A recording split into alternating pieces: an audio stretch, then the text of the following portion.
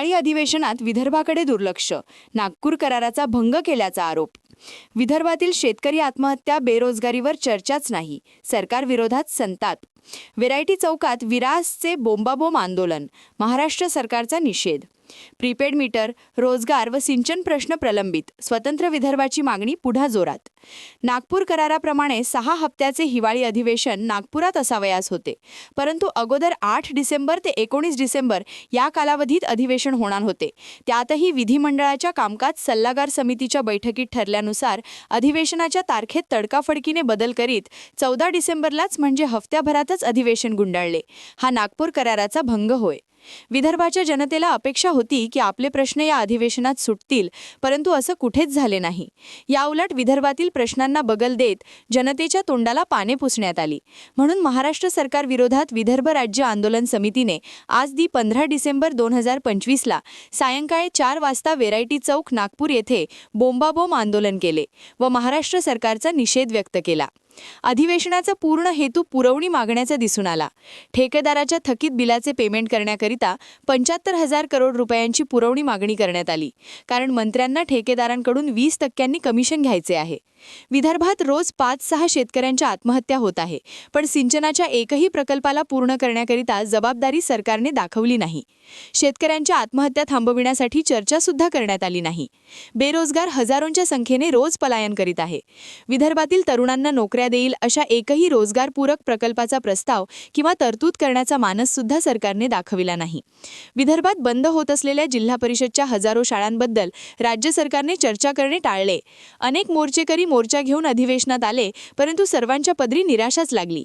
अनेक मोर्चेकरी जेव्हा आपल्या मागण्यांचे निवेदन घेऊन गेले, तेव्हा संबंधित मंत्रालयाचा मंत्री किंवा अधिकारी सुद्धा तेथे घेण्याकरिता उपस्थित नव्हता.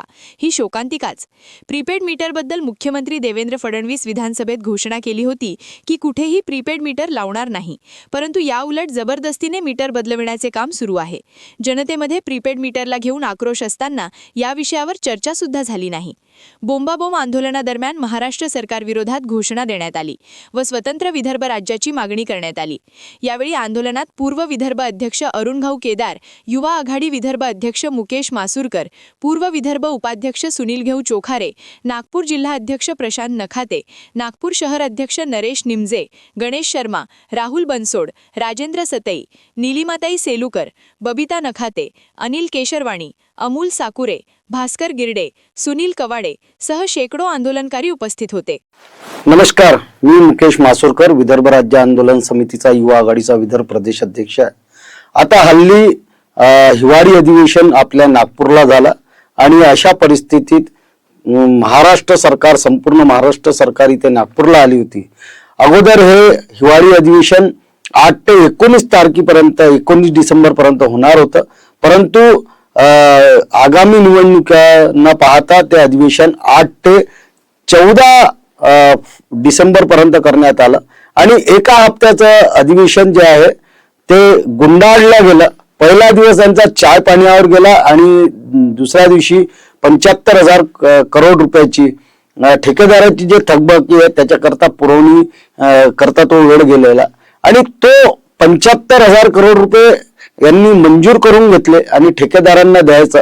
ते आत्महत्या करत आहे. आम्हालाही मान्य आहे की ज्याचे पैसे आहे त्याला दिलं पाहिजे, परंतु ही सरकार एवढी नालायकपणाचा हद्द पार करून राहिली का आज या सरकारने 75,000 करोडचा विषय आपल्या बाजूला यासाठी घेतला कारण याच्यातून जे मिळणारी कमिशन आहे तो यांना 20%च्या जवळजवळ कमिशन मिळते, म्हणून यांनी हा पहिल्या दिवशी घेतला.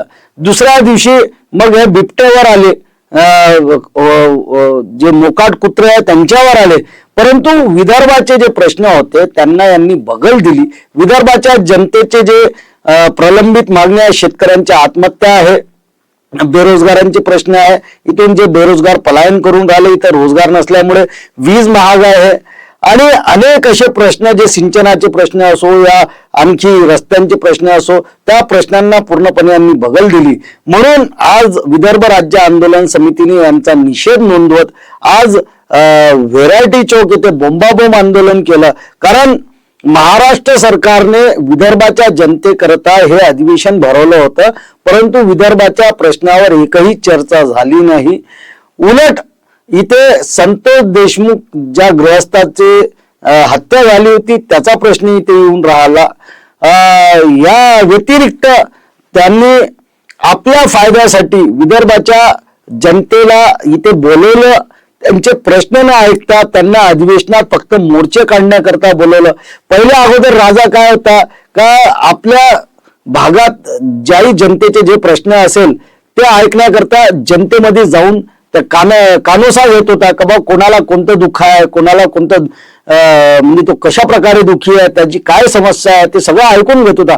परंतु इथं सरकार चक्क विदर्भाच्या जनतेला बोलवतात आणि जेव्हा ते 5 लोकांचा डेलिगेशन त्यांना भेटायला जाते तर त्यावेळेस तो मंत्री, त्या खात्यातला मंत्री असो, त्या खात्यातला सचिव असो, हे सगळे नदारद राहतात आणि अशा प्रकारे विदर्भाच्या जनतेसोबत यावेळेस थट्टा करण्यात आली. म्हणून आम्ही आज यांचा निषेध केला आणि महाराष्ट्र सरकार आजच्या घडीला 9,32,000 करोड रुपयांनी कर्जबाजारी झालेली सरकार आहे. उत्पन्नापेक्षा खर्च जास्त आहे आणि 72,751 कोटी यांना व्याजापोटी द्यावं लागत आहे. अशा परिस्थितीत विदर्भाच्या जनतेला काही मिळू शकत नाही हे पक्क झालेलं आहे. म्हणून आम्ही विदर्भ राज्य आंदोलन समिती स्वतंत्र विदर्भ राज्याची मागणी घेऊन आम्ही हे आंदोलन करतो आणि त्याच करता आम्ही पुढे सरकारला आता सांगून राहिलो का महाराष्ट्रवाद्यांनी वापस चालले जाव हा नारा आम्ही लावलेला आहे. आणि सरकारला आम्ही सांगितलं का तुमच्या भुजेत नाही बळ, म्हणून आमचा विदर्भ सोडून पळ, म्हणून यांनी 8 डिसेंबर पासून सुरू झालेलं अधिवेशन 19 डिसेंबरला संपवायचं होतं. तर ते 19 डिसेंबर पर्यंत न रेटता विदर्भवाद्यांना पाहून ते पळून गेली सरकार आणि 14 डिसेंबरलाच आपलं अधिवेशन गुंडाळलं. त्यामुळे विदर्भ राज्य आंदोलन समिती 16 डिसेंबरला एक लॉंग मार्च घेणार होती. तो लॉंग मार्च आणि मेळावा चिटणीस पार्कवर होणार होता, तो स्थगित करून आता पुढे आम्ही 22 फरवरीला स्वतंत्र विदर्भ राज्याची मागणी घेऊन 22 फरवरी 2026ला ही मागणी रेटत आता ऐलाने जंग करून अभी नाही तो कभी नाही म्हणत हे लॉंग मार्च काढण्यात येणार आहे विदर्भ चंडिका मंदिर शहीद चौक इतवारी इथून आणि तो जाणार आहे चिटणीस पार्क इथे आणि चिटणीस पार्कला 10,000 लोकांचा एक मोठा संमेलन होणार आहे.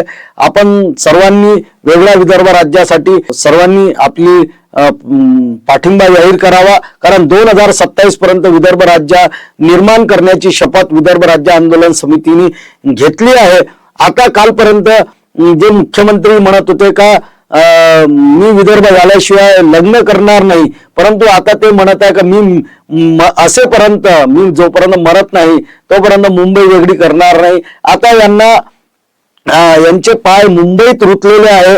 तिथे कोट्याधीश कोट्याधीशाची मलाई तिथे दिसून राहिली आणि यांना आपल्या स्वतःला सेटल करण्याकरता मुंबई पाहिजे.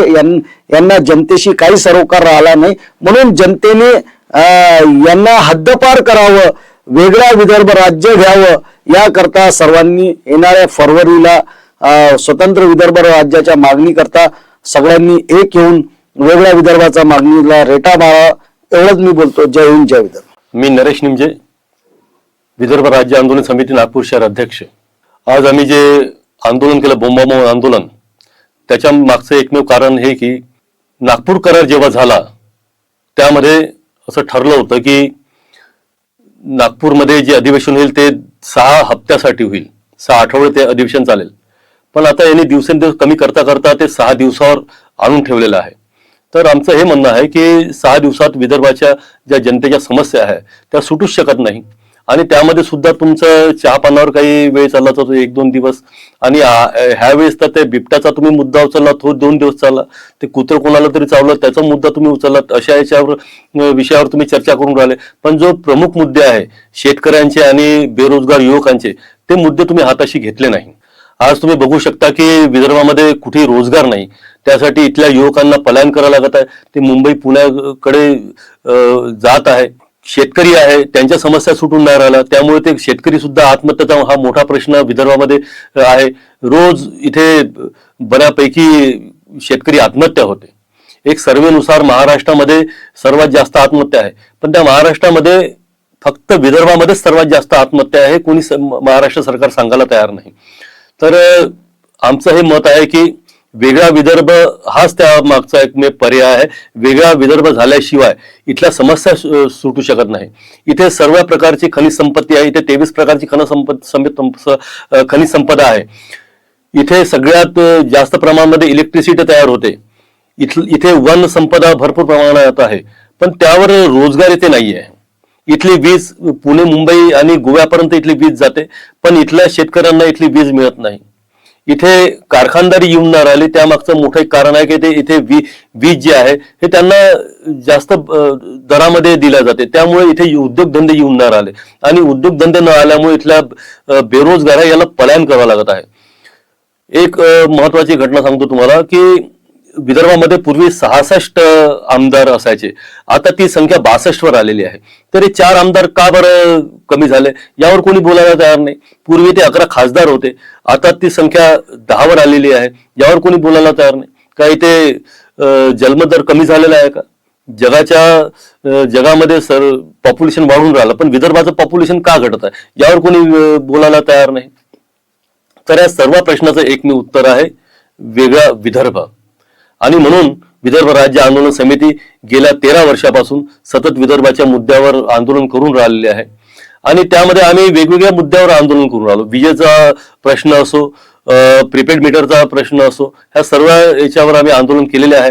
आता प्रीपेड मीटरचा जो मुद्दा आहे त्यामध्ये विदर्भ राज्य आंदोलन समितीने हिंगण्यामध्ये सर्वे केला जवळपास 1000 घरचा. तर त्यामध्ये आम्हाला माहित पडलं की इथे जे पूर्वीचे बिल यायचे त्यापेक्षा दुपटीने आणि तिपटीने हे स्मार्ट प्रीपेड मीटरचे बिल यायला लागलेले आहे. तर जनता त्रस्त आहे, पण ते जनता रोजीरोटीमध्ये एवढी गुंतलेली आहे की ते रस्त्यावर उतरायला तयार नाही. म्हणून त्यांचं प्रतिनिधित्व आम्हाला करावं लागते आणि आम्ही तो मुद्दा घेऊन रस्त्यावर उतरलेलो आहे. आणि सरकारने पण आम्हाला आश्वासन दिलं होतं की इथे प्रीपेड मीटर लावणार नाही, पण ते चोरून लपून लावून राहिलेले आहे. जेव्हा घरी कोणी नसतं तेव्हा ते गाडीवर येतात ठेकेदार किंवा त्याचे माणसं आणि मिनिटामध्ये ते लावतात आणि असे पळून जातात चोरासारखे. तर हे चुकीचं आहे, हे कुठेतरी थांबलं पाहिजे. एकीकडे मुख्यमंत्री तेच ऊर्जा मंत्री असल्यामुळे ते म्हणतात की स्मार्ट प्रीपेड मीटर लागणार नाही आणि इथे चोरासारखे येऊन ते तुम्ही स्मार्ट प्रीपेड मीटर लावून राहिले. तर हे काही आम्हाला कळायला मार्ग नाही. एवढं खोटं ह्या सरकारने बोलून आहे. आज भ्रष्टाचाराचा मोठा मुद्दा इथे तयार झालेला आहे, त्यावर कोणी बोलायला तयार नाही. प्रत्येक कामामध्ये भ्रष्टाचार. तुम्ही कुठल्या सरकारी कार्यालयामध्ये जा तिथे पैशाशिवाय काम होत नाही. याचं कारण हे आहे की जिथे सरकारच भ्रष्ट आहे तर तिथे सरकारी कर्मचारी हे भ्रष्टाचार करणारच आहे. पण यामध्ये जनतेची सर्वात जास्त पिळवणूक होत आहे.